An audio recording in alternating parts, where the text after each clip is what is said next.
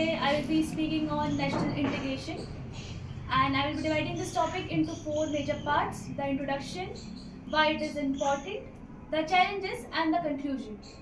Apart from this, I will also include the examples. We say unity in diversity.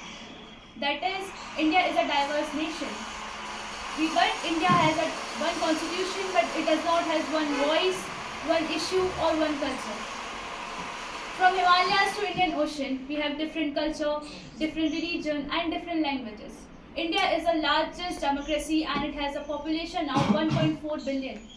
But you know what makes India a great nation? It is unity in diversity. Of course, diversity is our strength, but unity is our soul. Talking about why national integration is important, there are four major points that I would like to highlight: the security, the development, the peace, and the global standing. Talking about the security, united we stand and divided we fall. If the country is busy in its own national riots or national chaos, how would we focus on our development? It will be very easy for any foreign country to intervene and divide India into different parts. Second come development. Of course, no country can develop when it is divided among its own people, among its own citizens. Our first interest is our development, and today India is a developing nation.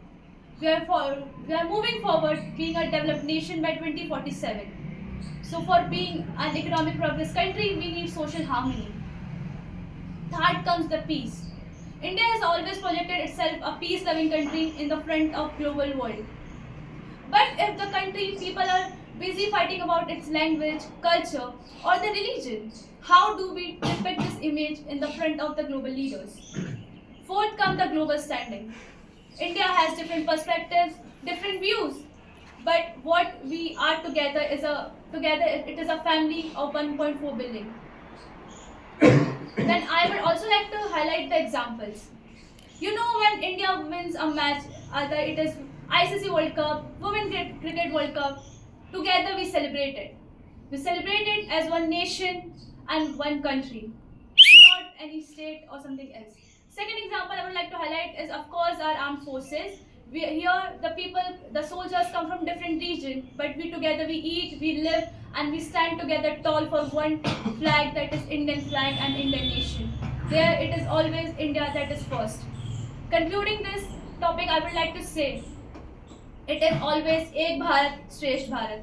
And we should remember that unity is our strength and diversity is our soul.